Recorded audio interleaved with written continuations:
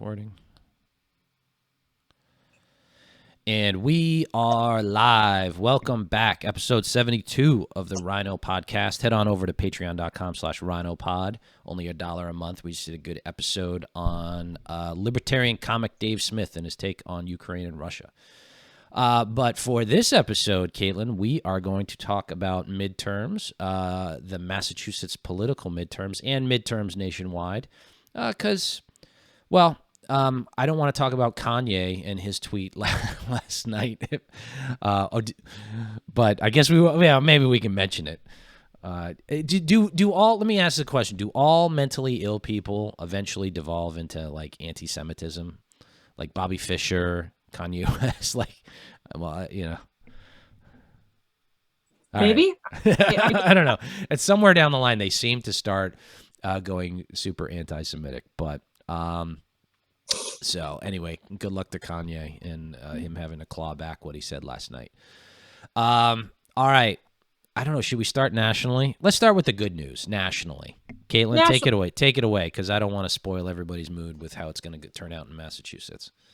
Okay. So it seems right now that most of the toss-ups are lean Dem. So right now it looks like a lot of the fight for the House is going to be on the Dem side. So that means they're on defense.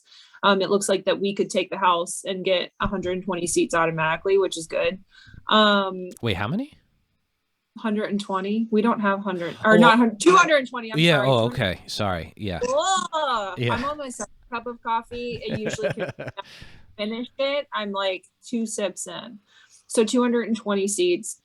So it looks like we're taking the House, which is good because the House has oversight ability on a lot of things that have to do with the Biden administration, like the Afghanistan withdrawal and then the investigation with Hunter Biden. I think is a big deal. That's going to be. We can talk about that. Yeah, let's talk about Hunter a little bit. Good. Do you want to go into it right now? Yeah, why not? Okay. Because we can get into the Senate stuff afterward, because the Senate doesn't really have that much oversight. Go ahead. The FBI has found enough evidence of tax crimes and also mishandling of a gun, I believe, to charge Hunter Biden with a crime. It just is up to the U.S. Attorney in Delaware. The U.S. Attorney in Delaware is a holdover from the Trump administration that the Biden DOJ did not fire specifically for this case. And then the DOJ and that U.S. Attorney are going to have to figure out whether or not they are going to try this crime. My big concern right now is if the DOJ under Merrick Garland decides to not push forward this case. I think that is a conflict of interest, and I think that they need to have their hands out of it completely. Yeah, look, the tax crime and the gun stuff is small potatoes. Well, the tax crime is huge. That's the small potatoes. It's not. The tax crime is huge because right now what they're kind of alleging is that he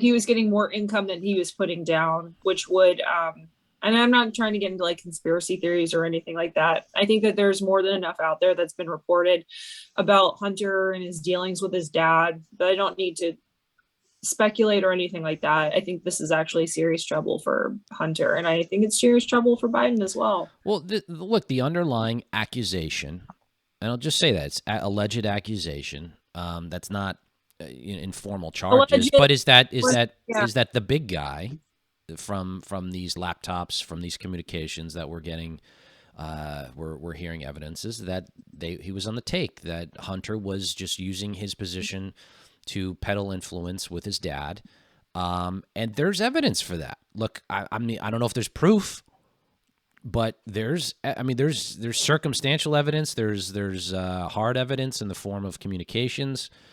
But, here's the thing. It probably took place, but it's all alleged, and these are accusations until something happens. And then, of course, he could get pardoned because this is the U.S. attorneys, right? Or, Delaware's not going to charge him under any state statute, correct? No, they'd be federal crimes. Right, they'd be federal crimes. So he'll get, Biden's not letting... if Biden pardons his own son, I think that we're in big trouble as a country. And that would be the same question if Trump pardoned his own children, which is what the liberals were so concerned with for over a few years, actually. Well, but the liberals were inventing crimes for the Trump children to have committed, not like these. Like Hunter's committed quite a few actual crimes, and peddling influence is not the same. Hunter is an older bag, and the thing is that like even with the Burisma stuff, the State Department flagged that down way back in the day. So I mean, it's everything that you thought with Hunter Biden that was true seems to be true so far. So I guess the question is does he get midterms? I think it affects if we win the House. Do you think they'll come down with indictments before November 8th? 8th is the election day, right? I'd be surprised, but no. I mean, I don't think so. Yeah. I think what they're going to do afterward is not come down with indictments, and then if we win back the House, then we are allowed to drag Merrick Garland in front of the House, and he will have to answer for questions. And again, if those are not substantial, they're allowed to impeach him. Interesting. I mean, they have now created impeachment into this laughable thing where you can impeach people for small things. And so good job, guys. You created the precedent, and now that can be used against your own. I'm a fan of, I think how this slippery slope happens. I don't think impeachment is something that should be used in of the rarest of circumstances, quite honestly. The conviction in the Senate, I wish would happen more often. I think impeachment should happen probably more often for good reasons, right? And this certainly is one of them. Declining to prosecute the president's son for their crimes is certainly an impeachable offense. That I don't know if he won't be indicted. That's oh boy, yeah. I think if nothing will happen until after the midterms. It'll either be brushed away or he'll be indicted. But oof. So you're taking that you're betting that he won't. The thing, I wouldn't bet actual money on it. I just, how can I say this? If you were to wager, if you're low. Like, that's the thing. Like, I don't think anything's going to happen to Hunter. Like, my expectation is super low. They rarely go after these people. Like, I would hope that a Democratic administration, especially over at the DOJ, would be like, no, for the good of the country, we need to make sure that this guy's held accountable. Like everybody else in the United States is when they break the law. Yeah. But I just don't know. I don't know. No, you've convinced me. Yeah. Nothing's going to happen to him. I mean, I hate saying it. No, it's corruption. It's corrupt, and he should. I mean, he should be charged, and indictment should come down. But I don't know if that'll. Yeah, I don't think it's going to happen. My pessimism. You've won me over with the pessimism. I mean, I'm being pessimistic about it, but it's just yeah, you think Biden has a squish with his own kids, and that's the reason why his kids are, I mean, a mess. Yeah, are a mess. That's a good way of putting their social situation. But yeah. All right. So again, if you and I did half the stuff the Biden kids did, you and I would end up in jail. Oh God, yeah. Oh God, yeah. All right. So Hunter's Hunter. That'll probably be delayed till after the election. We're looking good in the House. We're looking good in the House. The Senate, I still think, is 50-50. We have to win 2 seats. But I do have to say things are looking good for us in Nevada. Adam Laxalt's doing really well out there, and it seems that Harry Reid's political machine is broken down without him. So it seems like it could be a Republican wipeout there. And Blake Masters, who there are legit was not doing well. We thought was not doing well. Right. It seems like he's coming back in the polling.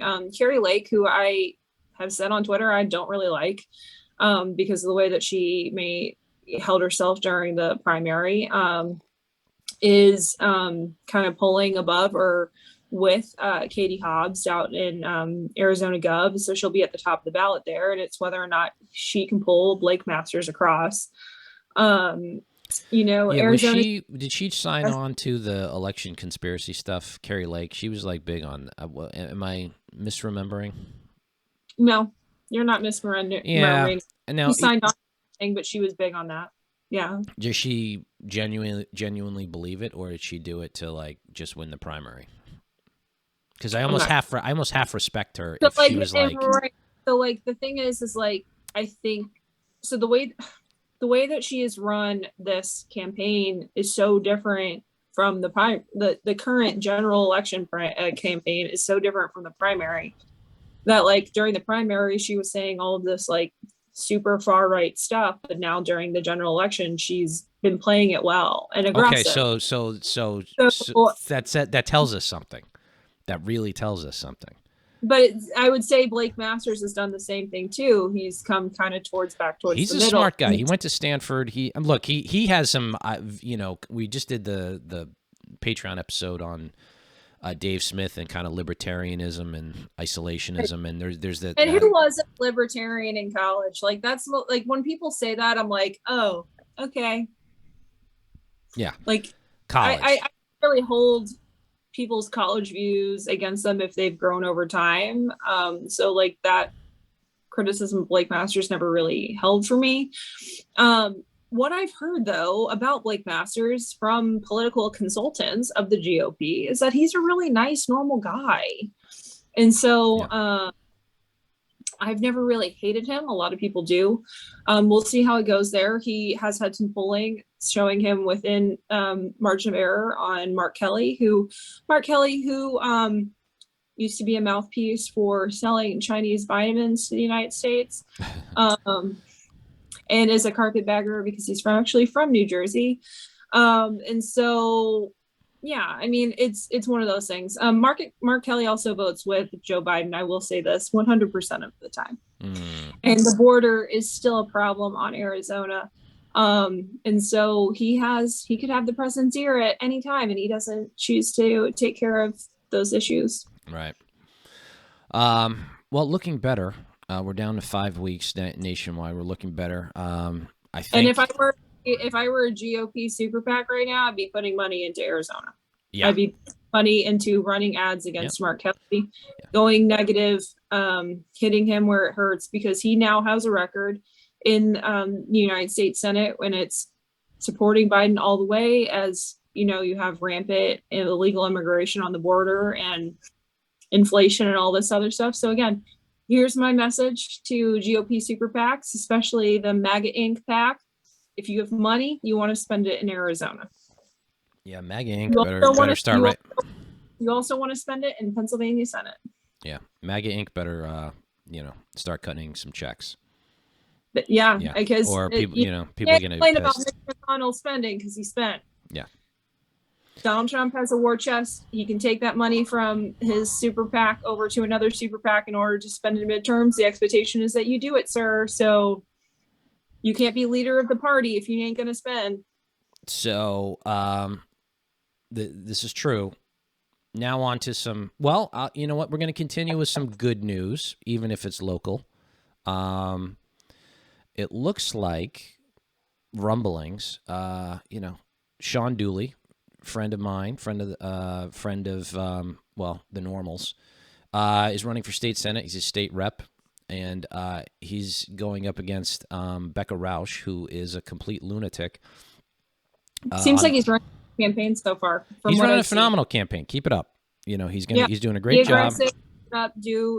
We need you there.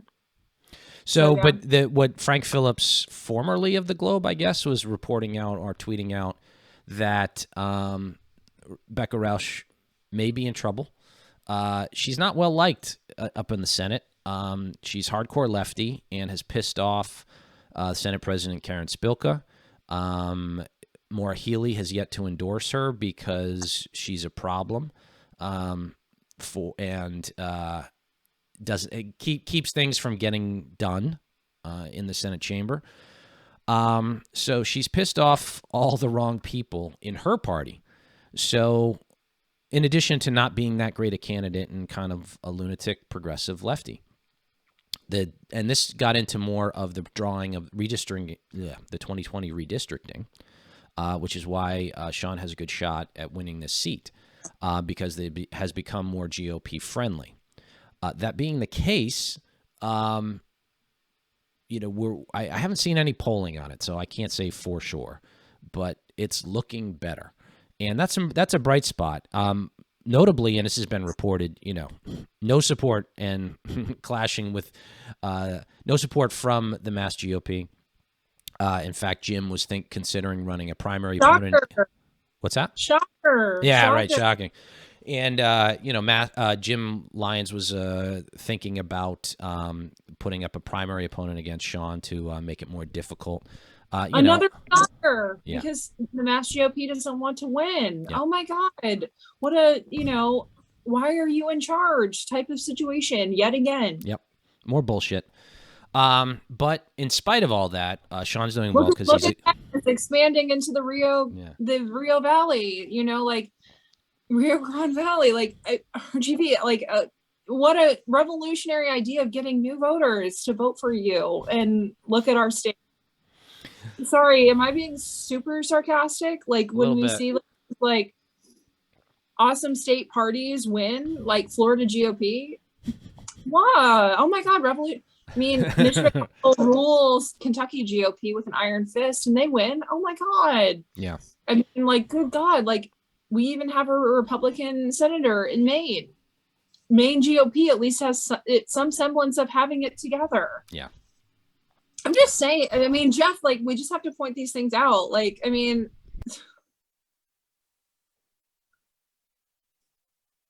sorry. Am I being much? Iowa? No, I had to blow my nose. I turned my mic. Iowa killing it, No, it's incompetence. No, let's punch each other in the face and have a fight. And then you see Sean Dooley doing awesome, and he's just not even getting in the middle of Jim's bullshit. Well, he just went around Jim, which is what you have to do if you're a Republican in this state. Think about how sad that is. Yeah. He went around it, but it's not even it's a neutral act.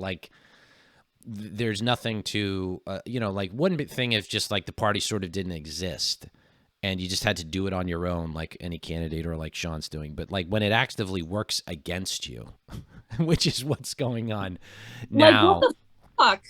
Honestly, what the fuck? Yeah.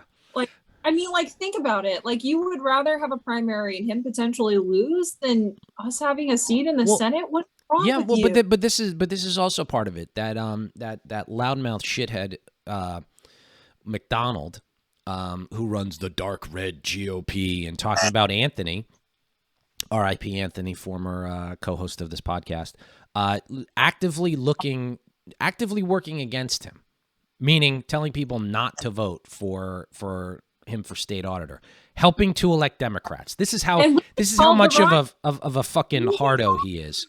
We get called the RINOs, and you're doing that? It makes no sense. No, the RINO. Look, we call this the RINO podcast because we're making fun of those people. Well, because we're not RINOs, but the thing is you call me a RINO over disagreeing with you about literally 10% of 15% of things, and you can't get across the line for Anthony? Are you serious? No, they're helping to elect Democrats, and they think that they have the balls to call everybody else a RINO. They're actively helping to elect Democrats. It's pathetic. Right. And this is what's going on. So other than Sean, there's kind of really not a lot of bright spots for Mass Poly here. I mean, it's interesting though. I'm seeing YouTube ads are directed at me from the Mass GOP. Okay, they're cut together ads. They're decent enough ads, but they're on YouTube. Nothing's on television. Nothing. I see Maura Healey ads all over the place. I don't watch TV, but when I do watch TV, I've actually seen a lot of anti-Maggie Hassan ads. Sorry. Right. Maggie. Well, the media market for Boston hits in the southern New Hampshire, where there's a lot of people. So that, you're always going to see New Hampshire ads in the Boston market. But I've seen more Healy ads, and literally I think that's about it locally. So, nothing. Jeff Deal has no money. There's no Jeff Deal ads out. Nothing on TV. No Mass GOP ads on TV. We're broke. How much money do you have in the bank right now? Who, Deal? Yeah. Oh, I have no idea. I haven't checked. You know what? Maybe we'll do that sometime this week, and next episode we'll check back in. But yeah, look, I mean, it's going to be what it's going to be. There's not a lot of bright spots in Massachusetts politics for Republicans right now, and that's self-inflicted. So well, okay. We'll talk about more national things next week. I know, like, what am like, I mean, Jeff, like, that's what I talk about this with Massachusetts Republicans all the time. I'm like, I should be donating to Massachusetts Republican races, but because of the way this party is being handled, I do donate to some that have promise, and that come and talk to, like, when I go to young Republican meetings and all of that stuff. I'll donate to them, but like, I am sending my money outwards. Like, yeah. I'm donating to Ron DeSantis. I'm donating to I donated to Dr. Oz. Like, I mean, I donated to Sean. I've given money. I'm definitely helping his campaign this year. Absolutely. I gave money to Lenny. I've given my money and time to Lenny Mira. So, and I will be doing that again on election day. Like, I'm stepping up and doing that. But, interesting thing on Sean's race. I wonder if this I think this was alluded to, if not outright said, on Frank Phillips's tweet. I think the people who redrew the districts don't like Rebecca Rausch in the Senate, and made it more GOP friendly in hopes of getting her out. That might have actually happened, where they made it more of a. I'm reading his tweet right now. Yeah. Which is wild. It's just like, oh, we can't stand this lady, so let's redraw our district and maybe she'll lose. I mean, there's really no bigger term, longer term consequences for it. What's amazing, issues are clear cut. This is Frank Phillips from the Globe. What's amazing, issues are clear cut. Races between right left on abortion, gender issues, but Rausch was not popular in Senate, said to have angered Senate President. Is it Spilka, trying to encroach on her district in redrawing. She's unpopular with Old Guard. Norfolk co-Dems. Healy needs them. Right. Norfolk County Dems. Yeah, and Healy needs them to get whatever agenda she wants. For a place where I'm moving to, I don't want to say this live on the podcast yet. The Dems are very active in town. So I guess you're in Massachusetts. Look, Kayla, you're gonna throw a rock. Yeah. Like, I'm gonna have to get involved. Like, someone's gonna have to be the moderating voice. All right, Mayor, factual prep. Oh God. Council member, factual prep. We'll see. My Twitter, all of my tweets, especially the sex jokes, are gonna be like all over town. Yeah. And I'm going to be like, I regret nothing. Own it. Own it. You can't look, if I regret nothing, vote for me anyway. Yep. You either vote for me or you vote for these lunatics. What'll be great is, Chip Goins, who has me blocked on Twitter, came after Anthony. This week or the week before, for a tweet. Is like one of these things where it's like, what? Like, whenever anybody does it, like, it's either him or like Ed. Like, why? What are you talking about? Anthony is just so milked. Like, we love. He is. He is. When people call him a Trumper, I'm like, what the fuck? I know. I think it's definitely the theme of his campaign. Is being like milquetoast. It's just, I mean, it is, which is. 100%. Like, I've donated to Anthony. I've given my time for Anthony to get signatures, get on the ballot. But like, when people come after Anthony as like some like extremist, it's like, what are you talking? It's a completely stupid. You're point. Insane. Yeah. You're the extremist for saying he's the extremist. And by the way, Diana DeZoglio, it's not look, in this environment. This is in Massachusetts this year. It's a heavy D year. Like, you're agreeing to a 10-minute debate with Anthony on Keller at Large, which is nothing. It looks very weak. It's a very weak look. Like, you should want to get out there and talk about this, talk about these issues. Now, I don't know who's a Chicky Lou, that if you don't debate Anthony for a full hour, and you go into this role as auditor in a full Democratic administration, you're immediately going to be questioned on whether or not you're a neutral party. That is what is going to happen when you win, because people, Dems have a lot of power here, and we're not debating that. And Mass GOP has none. But you're automatically going to be questioned in your role. And so, do you want to go into this without really debating the Republican candidate? Like, I mean, you're going to, again, go into this role automatically being questioned on whether or not you can handle an audit of government agencies being the same political party as the party in power. Just saying. And then this is one of the biggest things that bothers me about Massachusetts politics, is that the people that are in the positions that they're in currently, when they run for higher office, politics is used as a career stepping stone rather than having competent people in the position that they're in, which Anthony is qualified for state auditor. Anthony is beyond qualified for state auditor. Diana DiZoglio is not. She's a state senator. Has she ever run it? Has she ever run an audit of anything? I don't know. What was her? I don't even. The thing is like, Jeff, like, I feel like I'm like well read in like all these positions. Like, I know Anthony's background. I know that he's qualified for this role, but I've never really dug deep into what she's qualified for. She's not qualified for it. She's just running. It's just another political post. This is the thing. Right. These are just way too many of these people just do it for the sake of the political post, make a little bit more money, gain a little bit more, climb up the political ladder. Like, this is like Ed Markey level, he was the year I was born. He is a lunatic. Right, but before the year I was born, he was elected to Congress. Before that, he was in the Massachusetts State House.